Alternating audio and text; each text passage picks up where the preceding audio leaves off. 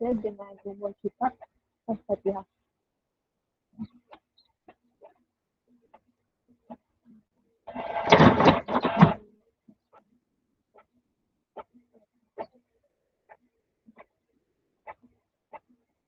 Sorry lah kalau ganggu bising sikit sebab saya tengah print untuk baju ada punya abang kakak awak.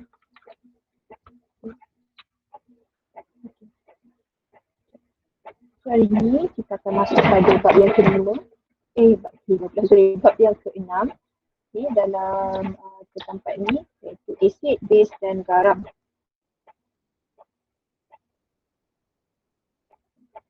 Okay.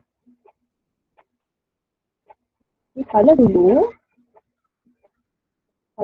kita kalau bab yang lama lah. Okay, bab yang lama KBSM dia pecahkan. Okay, asid base ni satu bab, garam ni satu bab. Okay, tapi beberapa tahun lepas dia dah gabungkan sekali. Okay, sebab asid, base dan garam ni dia akan saling berkait lah. Okay, sebab bila asid bertindak balas dengan base, dia akan menghasilkan garam. Jadi dia combinekan sekali. Okay, jadi untuk first kali kita nak tengok dulu pada peranan air dalam menunjukkan sifat keasidan dan kealkalian. Okay, air ni memainkan peranan yang paling penting untuk menunjukkan sifat bagi asid ataupun alkali.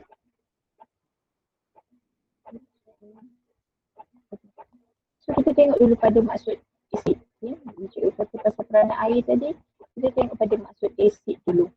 Okay, maksud asid ialah bahan kimia yang mengayon dalam air menghasilkan ion hidrogen. Okay, ataupun juga kita kenali sebagai ataupun kita boleh bagi juga ion hidroksonium. Maksudnya selalu kita akan guna ni je. Okay, maksud ni. Okay, tapi ion hidroksonium pun kalau kamu jawab pun tak salah lah. Okay, ion hidroksonium kita dah belajar sebenarnya dalam ikatan datif.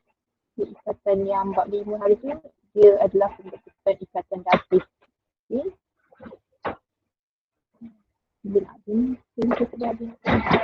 Okay, so untuk maksud, okay, untuk maksud asid ni memang wajiblah kamu tahu dia punya definisi dia. Kalau contoh yang awak tulis terus, maksud asid ialah mengayon dalam air menghasilkan ion hidrogen. Salah lah, dia kena ada perkataan bahan ni.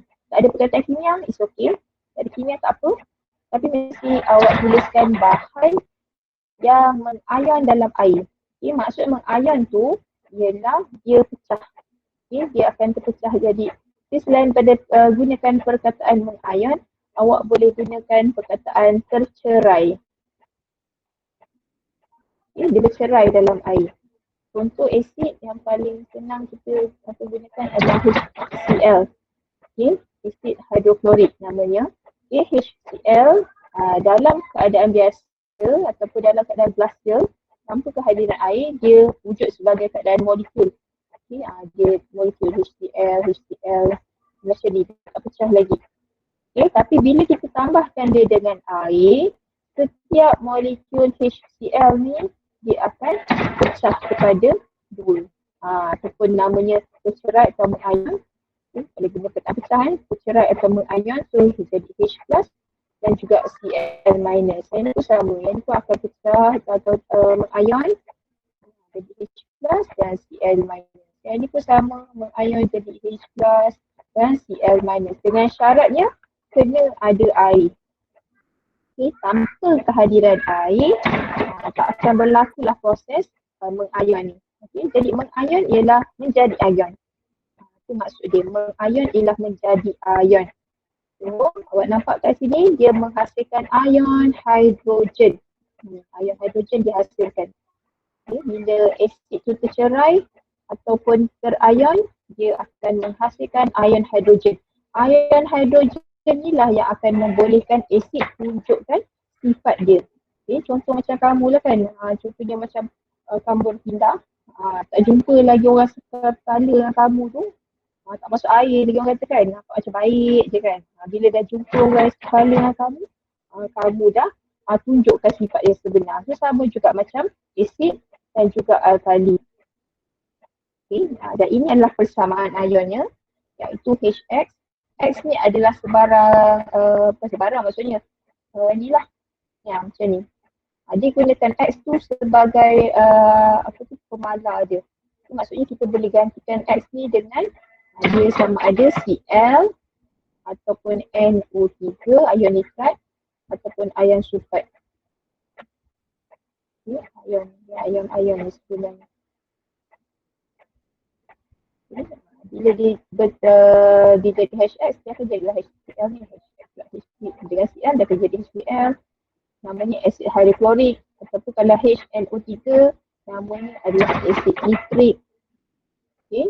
Yang H dengan SO4, dia akan jadi asid sulfurik. Okay. Kenapa ada dua ni? Sebab charge lah. Okay. So bila dia ada kehadiran air, dia akan mengion menjadi H plus dan X minus. Sama macam yang cikgu tunjukkan contoh lah. Yang ni terus contoh yang betul. Yang ni dia punya persamaan umum dipanggil. Okay. Persamaan umum tu maksudnya sama digantikan cikgu sebutkan tadi. Okay. Jadinya dia akan menghasilkan dua, iaitu ion positif, okay, iaitu ion hidrogen dan anion. Anion tu ion yang bercharge negatif. Awak dah belajar tak anion cation ni dalam bab 5. Sebab itu sebenarnya dalam bab kimia ni, kalau boleh kita ajar ikut flow je lah. Maksudnya ikut pada susunan bab dia. Sebab awak pun awak nampak, berkaitan. Awak dah belajar dah anion cation ni, awak dah belajar dalam bab 5. Jadi bila masuk bab 6, dia akan continue. Pemahaman kamu tu akan bersambung-sambung. Jadi sebab itu cikgu tegur kalau kamu tak masuk kelas. Awak tertinggal sesuatu, awak susah nak catch up balik. Awak akan jadi gila lah. Apa lah yang dah sebelum tu dah tinggal. That's why cikgu minta sangat kamu janganlah punting kelas. Itu yang paling penting. Jadi teruskan. Ini baru asid. Contohnya, macam cikgu sebutkan tadi, gas hidrogen klorida. Hidrogen klorida, dia dah wujud dalam bentuk gas. Mula-mula. Kemudian kita larutkan dalam air. Bila larut dalam air, barulah proses pengayonan ataupun mengayon, dia akan hasilkan ion hidrogen dan ion klorida. Nampak ni, bila ada air je, baru dia akan pecah kepada dia punya charge dia. Ini persamaan ionnya. Persamaan ion bawah ni tak perlu nak ingat sangatlah sebenarnya. Okay. Tapi yang ini kamu dah belajar pun. Okay. Hari tu kamu dah belajar pasal H2O. Dia ada lebihan kan elektronnya. Bebas tu dan kamu akan didermakan kepada H plus ni. Jadilah hidroksonium.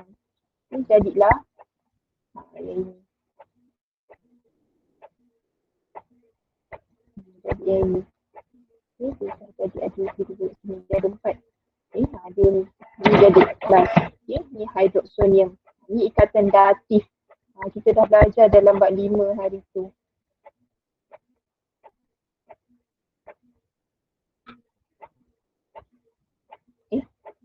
Kenapa Aiman Mahdi ada dalam ni pula? Tak tahu cikgu. Tak tahu dah cikgu.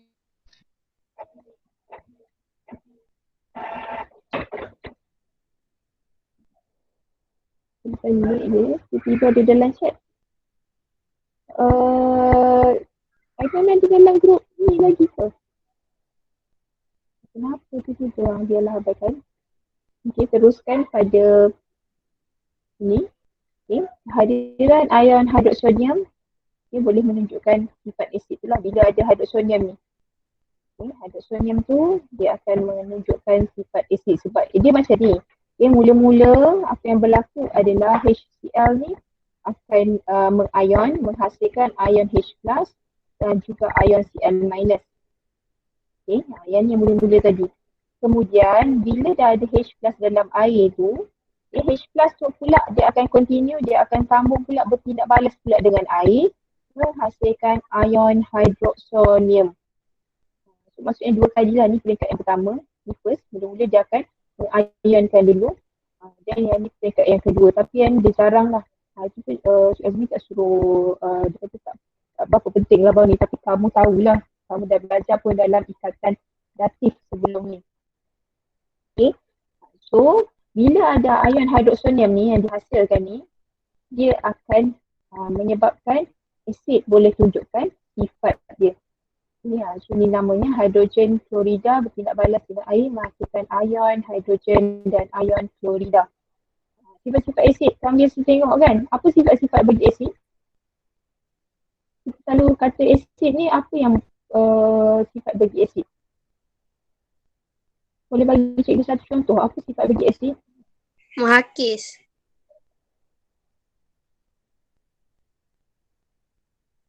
Okey, selalu kita tengok menghakis. Lagi?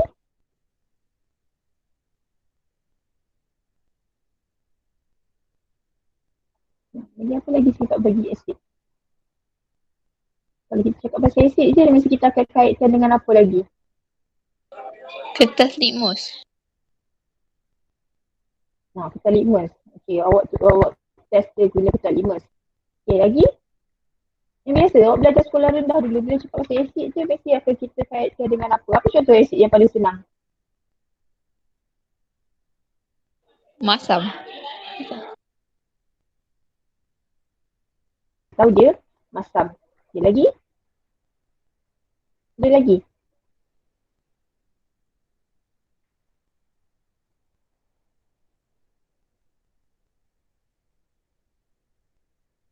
Masam. Tadi kita akan kata dia menghakis. Dan selalu kita akan cakap pasal limau, oren. Itu contoh-contoh asid. Okay.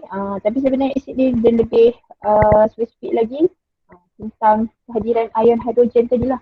Bila ada ion hidrogen ataupun ion hidroksonium bebas bergerak dalam air, baru dia akan tunjukkan sifat dia. Okay.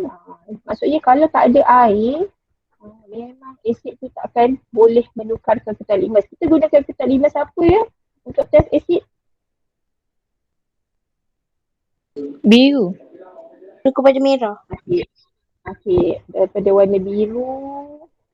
Okey, bila awak test je, kertas litmus tu masukkan dalam bekas yang mempunyai asid. Okay, ada berasid. Okay, kertas biru dia akan berubah menjadi warna merah. Kita tahu, okey, yang ni asid. Okey, tapi dengan syarat dalam ni mesti dia dah campur dengan air. Kita larutkan dia dengan air. Tanpa kehadiran air dalam ni, tak ada air, contoh HCl sahaja, yang kita panggil sebagai glacial. Glacial ni yang pure, yang tulen, tanpa air. Kalau tanpa air, dia punya kertas litmus ni tak akan berubah warna. Okay. Bila ada air, barulah dia berubah warna pada warna merah.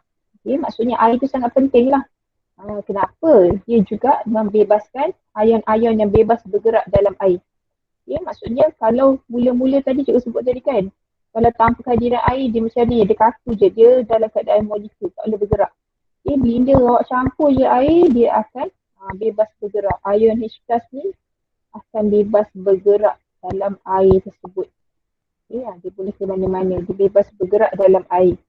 Baru tunjukkan sifat dia. Dan juga asid juga dikenali sebagai penderma proton. Okay. Sebab H+ dia bersifat positif, so dia kita panggil sebagai penderma proton. Okay, so yang ini adalah persamaan pengayonan. Ini memang dia dah habis jawapan dah siap sebab cikgu buka ni skema. Okay. So kita tengok dulu yang ni. Wajib hafal. Apa yang Cik Elmi dah tekankan kat sini, apa yang wajib bawa hafal ialah ion sulfat. Okay, sebab bila H+ dia gabung dengan ion sulfat, dia akan jadi asid sulfurik. Ni nama dia, asid sulfurik. Okay, sulfat akan jadi sulfurik. Okay, kalau nitrat, okay, NO3 minus, okay, bercampur dengan H+, dia akan jadi asid nitrik. Okay, namanya asid nitrik. Wajib hafal ion dia dan juga dia punya formula dia. Okay, charge dia ni. Okay, ion klorida. Bila H+ gabung dengan ion klorida, namanya adalah asid hidroklorik. Okay, hidroklorik. untuk dengan HCl tadi lah. Kalau ni kan dia jadi HCl pemulanya. Okay, asid hidroklorik. Dan kalau ion karbonat dia jadi asid karbonik. Okay, asid karbonik dia akan jadi H2CO3. Nama dia asid karbonik. Maksudnya kalau asid, nama dia ada I belakang dia. Nitrik, sulfurik, etanoik. Okay, nama dia mesti ada I. Okay, dan kalau etanoat, ion etanoat, okay, H plus, dicampur dengan ni, dia nak balas dengan ni, dia akan menghasilkan asid etanoik. Okay, etanoat jadi etanoik. Okay, CH3COO minus. Dia macam ni lah. Sebelum ni kan awak belajar dalam cara sebelum ya Allah.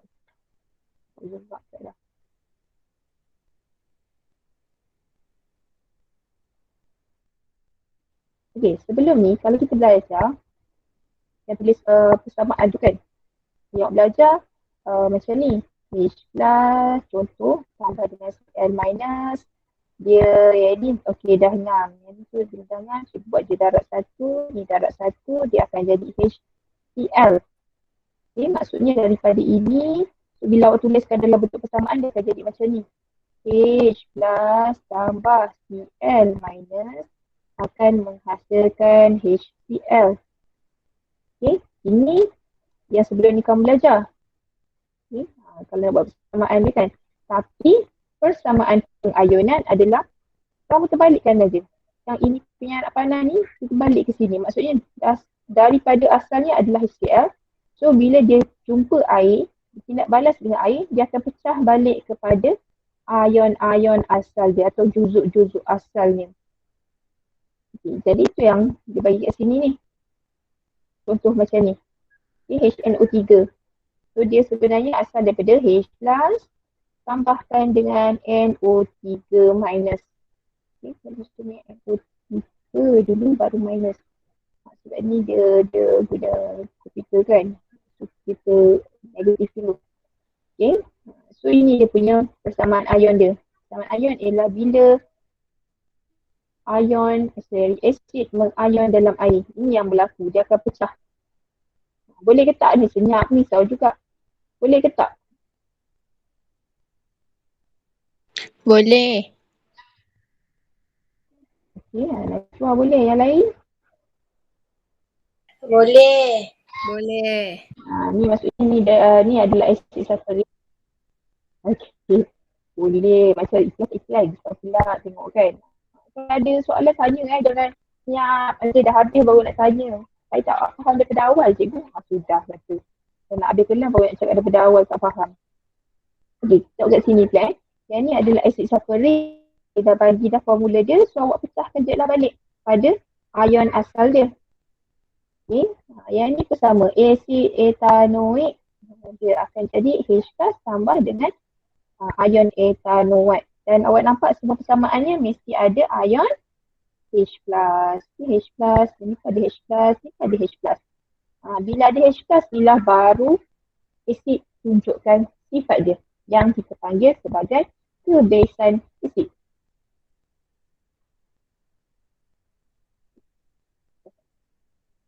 So, kebesan asid ni apa? Ialah bilangan ion hidrogen yang dihasilkan oleh satu molekul asid. Okay, bilangan ion hidrogen. Okay.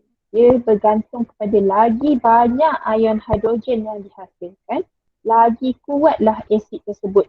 Satu molekul asid tu maksudnya satu je lah. Contohnya HCl dia ada satu je. Satu molekul. Dia kata jumlah ion hidrogen yang dihasilkan oleh satu ni je. Bukanlah 2-3 HCl ni tak. Dia ambil satu je. Satu contoh saja, contoh kat sini HCl. Okay. HCl kita kenali dia sebagai asid monoprotik. Okay. Monoprotik ataupun monobase. Dua-dua istilah ni awak boleh guna. Okay. Monoprotik istilah kat sekolah. Salah satu lah, dia satu lagi digunakan untuk form 6 tu yang term tu, istilah tu. Okay, monobase ataupun monoprotik, contoh ingatlah mana satu.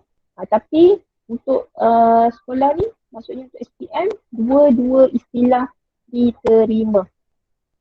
Okay, awak kata pasal apa maksud dia asid monoprotik ataupun asid monobase ialah asid yang mengayon dalam air. Asid tetap mengayon dalam air. Okay. Apa yang dihasilkan? Dia hanya menghasilkan 1 mol ion hidrogen per molekul asid. Okay, maksudnya untuk 1 molekul asid ni, dia hanya menghasilkan 1 mol saja. Satu ni. Okay. Yang kan kita belajar dalam bab 3. Okay, dalam bab 3 contohnya awak nak membaca persamaan tu. Kan, contoh macam HCl tambah dengan NaOH akan menghasilkan NaCl tambah H2O. Okay, kalau contohnya bila dah seimbang dah, so bila nak sebut 1 mol asid hidroklorik bertindak balas dengan 1 mol NaOH menghasilkan 1 mol NaCl dan 1 mol air. Tu maksud cikgu satu ni. Sebab dia orang dah seimbangkan satu. So ni lah 1 mol dia. Ni 1 mol ion hidrogen per asid. Okay, maksud setiap 1 mol asid ni setiap satu molekul asid, ni 1 molekul kita panggil, menghasilkan 1 mol ion hidrogen. Okay. Selain daripada asid HCl, 1 mol ni dia juga adalah untuk asid nitrik dan asid etanoik. Okay. Dia hasilkan sikit je lah, maksudnya untuk satu tu hanya menghasilkan 1 je ion hidrogen. Tak banyak. Okay. So ni contoh-contoh dia, kamu kena tahu. Dan manakala, satu lagi ni cikgu nak tekan ni sebenarnya mono. Mono ni satu. Masuk mono adalah satu. Okay, mono tu satu. Monolog kan, nak belajar BM, monolog. Dialog, sebab dia ada 2. Okay, mono dia seorang. Monolog. Cakap yang diri sendiri kan. Okay. Itulah tiba BM pula kan. So, terusnya adalah asid diprotik. Okay, di 2. Okay, diprotik ialah menghasilkan dia mengayon dalam air juga. Dia menghasilkan 2 mol ion hidrogen per molekul asid. Maksudnya setiap 1 molekul asid sulfurik ni menghasilkan 2. Nampak sini? Dia hasilkan 2. Mana datang 2 ni? Sebab awak nak seimbangkan persamaan lah. Okay? Contohnya ni, dia punya formula dia adalah H2SO4. So H ada 2 kat belakang. So H kat sini ada 1. Itu dia darab 2. Yang ni SO4 ada 1. So SO4 ada 1. Okay, tu maksud dia dengan menghasilkan 2 ion hidrogen. Okay, bila dia hasilkan 2, dia punya sifat dia akan lebih kuat. Ini salah ni namanya bukan asid triprotik ni, salah ni. Asid sulfurik. Ni tak tahulah sebab yang ni cikgu gunakan skema modul lama kalau macam modul kamu tak sama sangat dengan modul ni, sorry. Sebab Cikgu Azmin dia tak share lagi skema yang latest. So cikgu hanya boleh paparkan skema yang tahun lepas punya. Macam yang selalu itulah kan, buku cikgu buku tak lepas kan, tak sama korang. So buku korang betul tak asid tu? Nama asid ni betul tak? Betul? Okay. Sebab ni buku lama lah tu. Ataupun ni bukan skema yang lama kan, dia tak belum lagi. Dia dalam proses lagi nak siapkan skema yang baru. So, tak apalah. Okay, teruskan pada yang ini. Okay, sahabat dulu monoprotik dengan diprotik ni, penghasilan ion hidrogen dia boleh ikut ke tidak? Boleh. Okay. Okay, so sekarang ni awak kena ingat je, dia memang benda yang sama je. Monoprotik mesti sama ada hidroklorik ke, nitrik ke, etanoik. Dia tak akan tukar benda lain. So ingat je lah, monoprotik adalah hidroklorik, nitrik, etanoik. Kalau diprotik memang satu ni je. Asid sulfurik adalah salah satunya contoh untuk level SPM lah. Okay. Kalau yang higher level tu lain lah cerita. Okay. Tapi untuk level SPM, asid sulfurik ialah satu-satunya contoh asid diprotik. Okay, maksudnya dia menghasilkan lebih banyak ion hidrogen setiap satu molekul asid dia. Okay, sebab dia menghasilkan dua. Manakala ada satu lagi triprotik. Tri maksudnya tiga. Okay, tiga. Tri. Okay, triprotik ataupun three-base. So asid yang mengair dalam air menghasilkan 3 mol. Yes, kenapa nak cakap tu? Cikgu, yang asid karbonik tu. Asid karbonik, dia kat mana? Sebab ni contoh cikgu tak ada. Dia dekat Karbonik apa? Diprotik. diprotik. Ah. Oh, dia tulis kat sini asid karbonik. Okay, asid karbonik. Okay, thank you. Sebab yelah, saya cakap tadi kan buku cikgu tak sama korang. Okay, H2, okay betul lah. H2, CO3, asid karbonik. Tapi dalam periksaan selalunya asid sulfurik je yang banyak keluar. Okay, sebab asid sulfurik ni dia hasilkan dua dan dia juga asid kuat. Okay, asid kuat. Nanti kita akan belajar asid kuat ni apa pula. Okay, manakala asid karbonik ni dia diprotik juga tapi dia kategori asid lemah. Walaupun dia menghasilkan lebih banyak tapi dia masuk kategori asid lemah. Nanti kita akan tengoklah apa maksud asid kuat dan asid lemah ni pula. Cuma kamu ketahuilah ni contoh. Okey lah. Okay, thank you Syamimi. Tapi selalunya asid sulfurik. Tapi asid karbonik ni jarang-jarang tapi kena tahu jugalah. Okay, boleh jadi dia keluar. Okay, so kat sini kalau tiga pula. Ada satu lagi yang ada tiga iaitu asid fosforik. Okay, asid fosforik. Dia akan menghasilkan 3 mol ion hidrogen. Okay, 3 mol ion hidrogen dihasilkan bila dia mengion. Okay, bila dia cerai tadi dalam air, dia akan hasilkan lagi banyak ion hidrogen. Okay, monoprotik, diprotik, triprotik. Okay, ataupun cikgu susah lah protik ni saya susah. Saya suka monobase, dui-base, three-base. Boleh. Okay, mana-mana yang mudah untuk kamu. Dia seerti, sama ertinya. Okay, teruskan. Ada ni. Okay, kepekatan asid diprotik lebih tinggi daripada asid monoprotik. Okay, cikgu sebutkan tadi lah bila bila tercerai dalam air, yang diprotik punya kepekatan ion hidrogen dia lagi tinggi lah daripada asid monoprotik. Contohnya kat sini kan, asid diprotik mengion dalam air menghasilkan 2 mol ion hidrogen berbanding dengan asid monoprotik. Okay, maksudnya dia lagi pekat. Lagi tindak balas dia lagi kuat lah untuk asid sulfurik berbanding dengan asid hidroklorik. Okay, cuba kamu buat yang ni.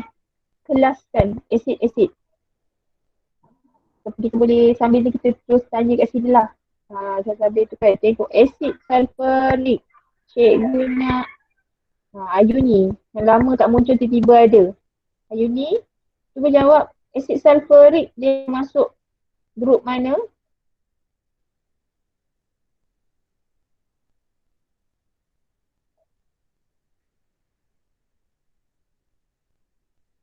Kalau dia Ayuni. Ada ke tidak? Kalau tak boleh cakap boleh type Dia dalam kena chat. labelkan tu cikgu. Kelaskan. Baru jawab. Okey. Kelaskan tu, awak kena buat dalam bentuk mana ya macam mana cakap. Dia ada dua bentuk lah. Awak boleh buat dalam bentuk jadual. Okay. Atau contohnya awak buat bentuk jadual macam ni.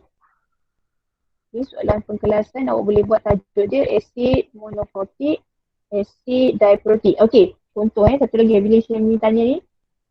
Contoh, soalan tanya asid monoprotik dan asid diprotik. Tapi awak hafal monobase, dui-base. So, korang pun buatlah jadual, atas ni korang tukar pula tajuk. Mengikut apa yang korang ingat. Salah walaupun maksud dia seerti, tapi kalau soalan tu dah bagi tajuk dia monoprotik dan diprotik, gunakan tajuk yang diberi. Jangan pandai-pandai ubah. Okay, so sekarang awak boleh buat macam ni ataupun satu lagi awak boleh buat list. Awak tulis acid monoprotic, apa dia, common. Kemudian acid diprotic, apa dia. Pun boleh. Okay, pengkelasan. Boleh dua bentuk macam ni. Ya Allah, nak erase apa. Okay, sekarang Ayu ni. Apa jawapan dia? Apa jawapan dia? Acid sulfuric monoprotic ke diprotic Ayu ni?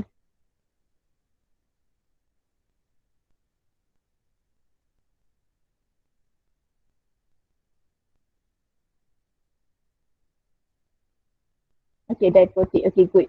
Okay, diprotic. Lagi Syarifah. Asid ethanoic masuk grup mana? Di ke mono? Acid monoprotic.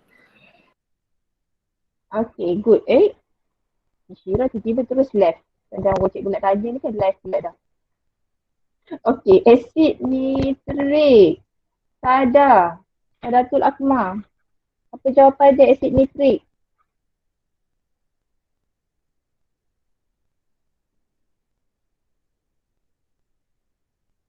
Sadatul. Tak nak cakap malu malu dan segan boleh chat.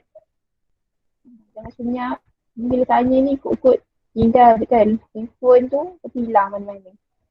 Sada, are you here?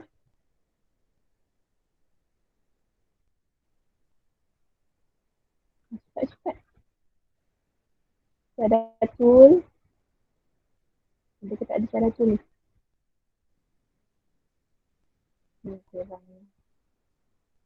Kalau kadang-kadang masa kecil semua kan kita ada, kita tak ada. Tentang soalan tak jawab pula. Okay, Najwa lah. Najwa. Apa asid nitrik ni? Cikgu tanya asid nitrik. Okay. Dia tanya asid nitrik dia diprotic ke monoprotic? Itu soalan cikgu. Dia masuk mono ke di?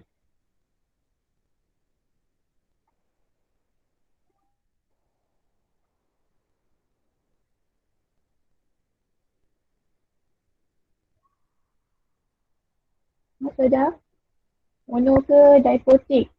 Asid nitrik tu. Awak type tu soalan dia asid nitrik. Cepat-cepat.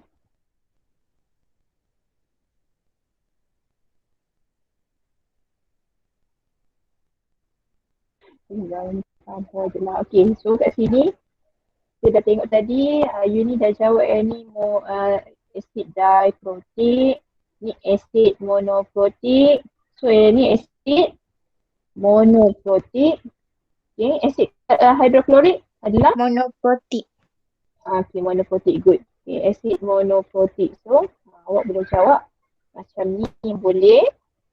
Okay, ataupun listkan macam yang atas ni pun boleh. Okay, kalau kita buat dalam kotak ni lah. Kotak tu tak apa, kelas kan. Awak masuk dalam group je. Okay, grouping. Okay, so itu untuk acid. Okay, baru pengenalan kepada acid sebenarnya. Sebab nanti dia akan ada lagi pasal kekuatan acid nanti. Kita tengok pula pasal base. Okay, base itu apa? Okay, base pula ialah bahan kimia yang bertindak balas dengan acid. Okay, untuk menghasilkan garam dan air. Ini maksud bagi base. Okay, bertindak balas dengan asid. Bertindak balas dengan asid menghasilkan garam dan air. Garam awak jangan ingat garam rumah je. Garam ada banyak jenis garam. Okay, nanti kita akan belajar dalam bab ni. Ada garam yang larut, ada garam yang tak larut, ada garam yang larut sikit dalam air panas. Okay. So, base ni maksudnya dia akan bertindak balas dengan asid dan menghasilkan garam dan juga air.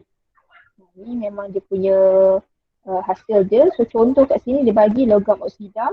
Ada beberapa contoh.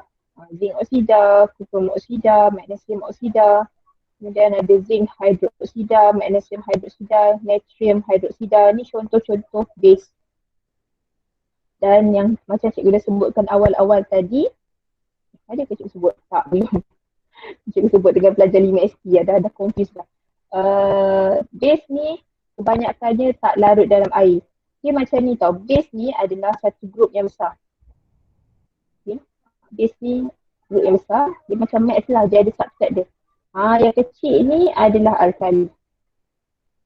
Okay, alkali. Yang ini yang grup yang besar ni adalah base. So alkali ni adalah grup base. Okay, tapi kebanyakan base dia tak larut. So yang grup yang besar ni tak larut. Tapi yang larut kita panggil dia sebagai alkali. Dia larut dalam air.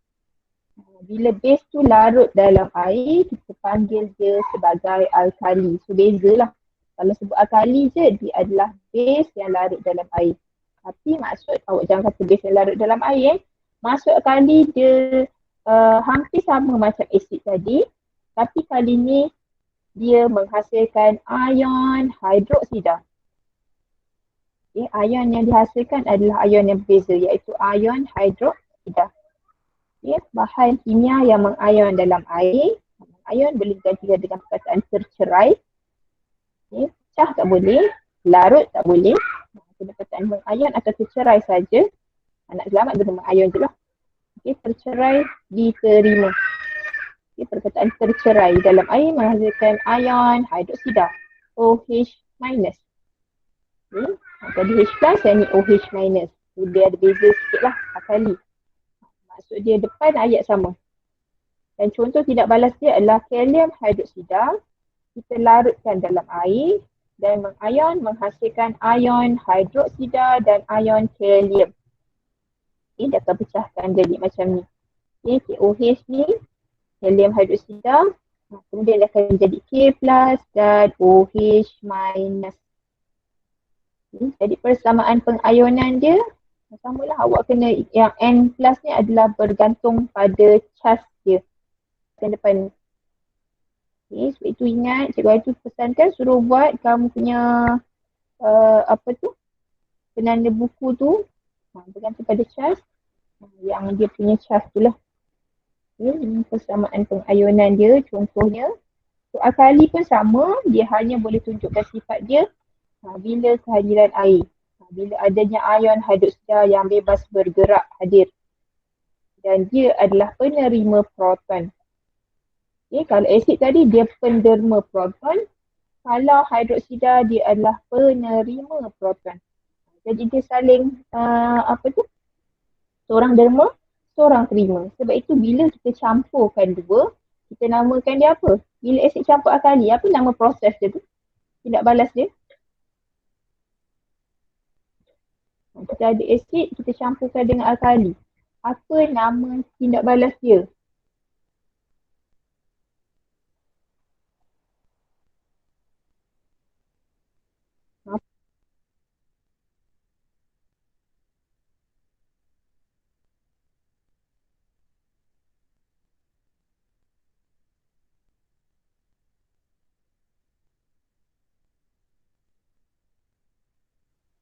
Okey, apa? Tahu tak? Tahu tak apa tindak balas bila asid bertindak balas dengan alkali? Awak dah belajar juga masa dengan rendah sebenarnya. Apa sifat dia? Apa sifat dia? Sorry, apa nama tindak balas dia? Tindak balas ke?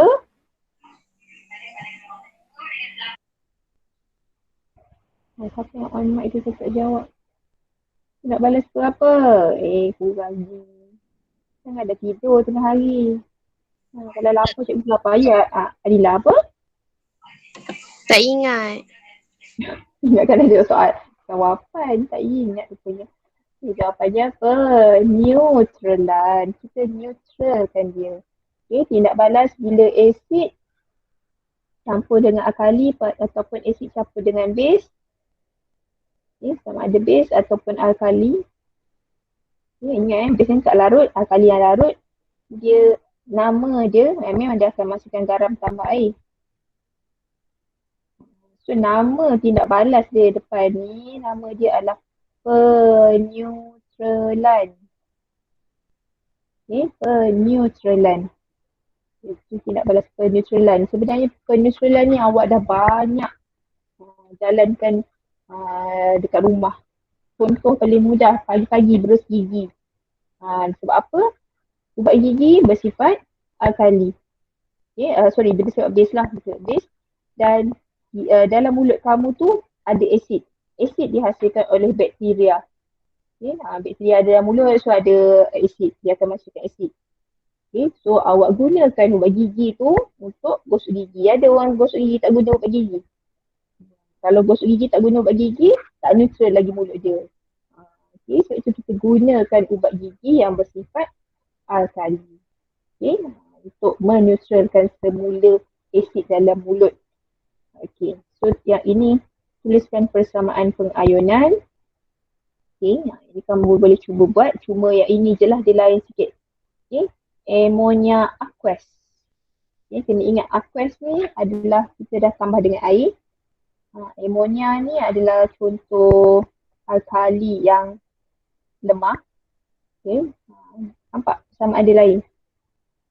Aqueous ni awak jumpa sebenarnya dalam ammonium. Ini ammonium.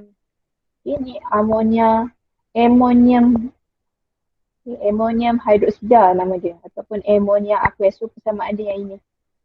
Yang ni awak boleh screenshot untuk kamu salin balik lah. Salin balik. Sebenarnya kalau ikut Cikgu Azmi kan suruh pelajar salin je dulu. Tak kisahlah itu cara dia kan. Kalau cikgu tak suruh kamu salin je dulu. Kalau boleh kamu cuba buat sendiri. Cuma yang ni je lah cikgu nak tekankan pasal ammonium hydroxida ni ataupun ammonia aqueous ni.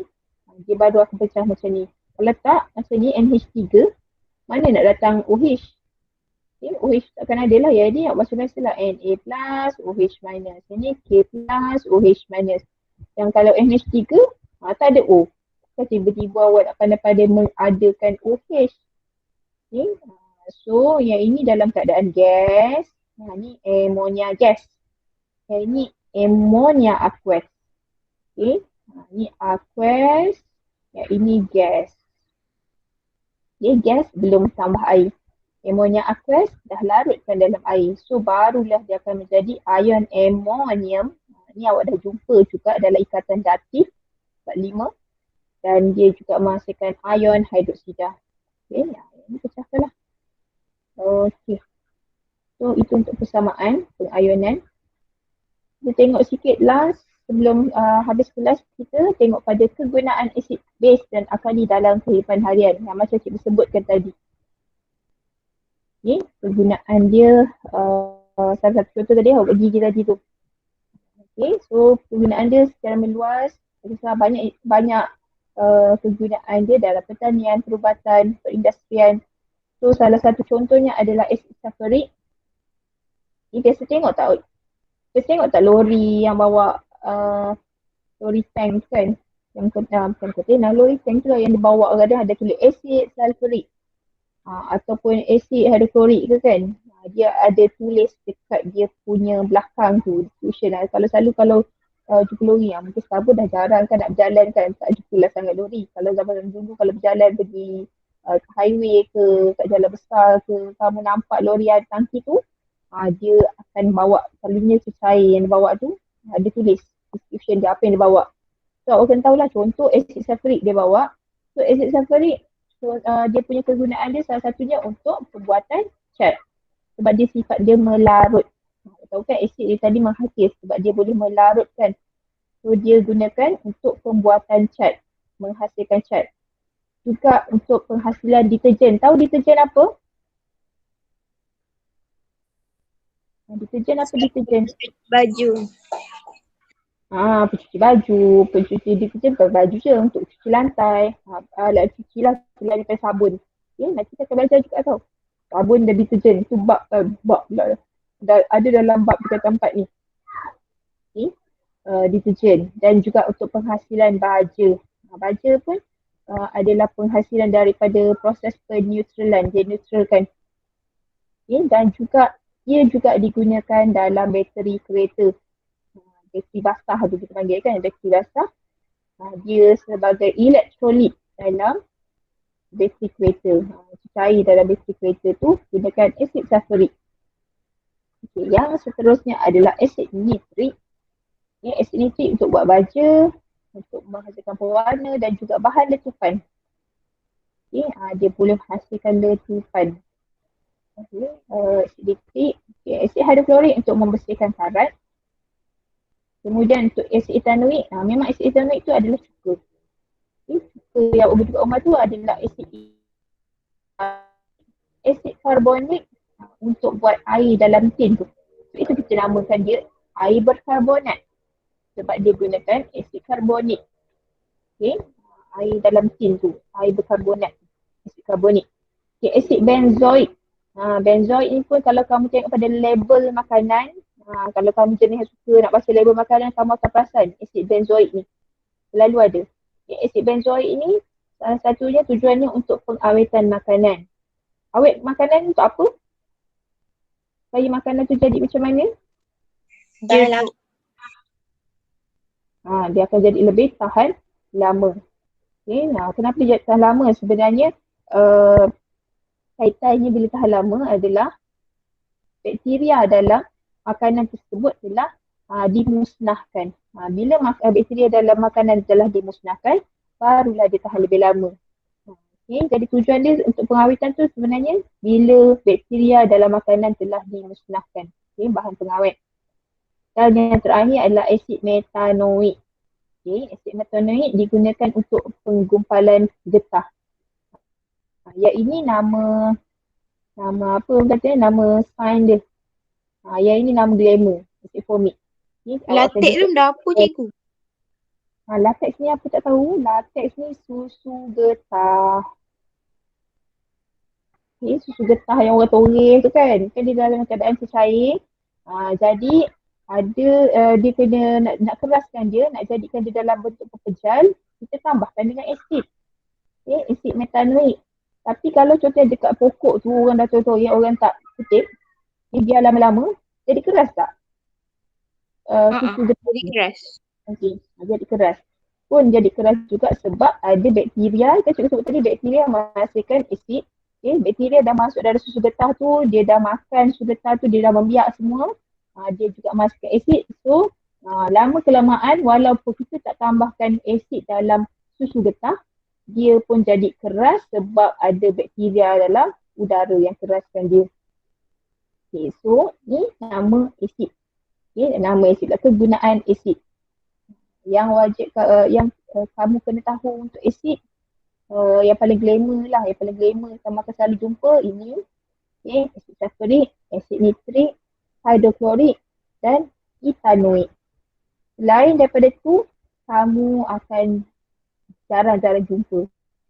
Okay, yang ni yang glamour. Okay, tapi nanti kamu akan jumpa etanoik, metanoik ni. Etanoik, metanoik ni dalam bab tingkatan 5. Okay, bab tingkatan 5, bab 2. Sebatian karbon. Kita akan belajar khas bab asid karboksilik. Okay, itu asid ni ada base sikit kat bawah ni. Nanti kamu boleh baca untuk kegunaan dia. Jadi untuk hari ni, cikgu nak kamu siapkan yang tadi, persamaan tadi. Okay, persamaan sikit tu. Dan juga cuba buat yang satu je. Ni je kan, dah ada pun jawapan. Okay, settle kan. Maksudnya untuk latihan kamu sampai sini. Yang tadi persamaan tadi, pengayonan tadi untuk asid dan juga alkali. Dan juga soalan yang ini. Yang ni cikgu dah bagi jawapan dah pun. Okay, cuba. Kena snap ke cikgu? Snap hantar personal lah macam biasa. Okay, bukti kamu punya kerja hari ni lah. Okay, boleh? Boleh. Okay. Ini sikit je. Hari ni cikgu hanya nak ajarkan pengenalan kepada bab 6 saja dulu. Okay. Jadi itu saja. Ada soalan ke nak tanya sebelum cikgu habiskan?